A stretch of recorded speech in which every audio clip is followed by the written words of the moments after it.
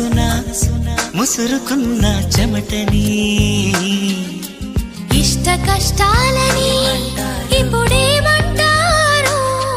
ఈ మోహమాటాలని మరి ఏమంటారు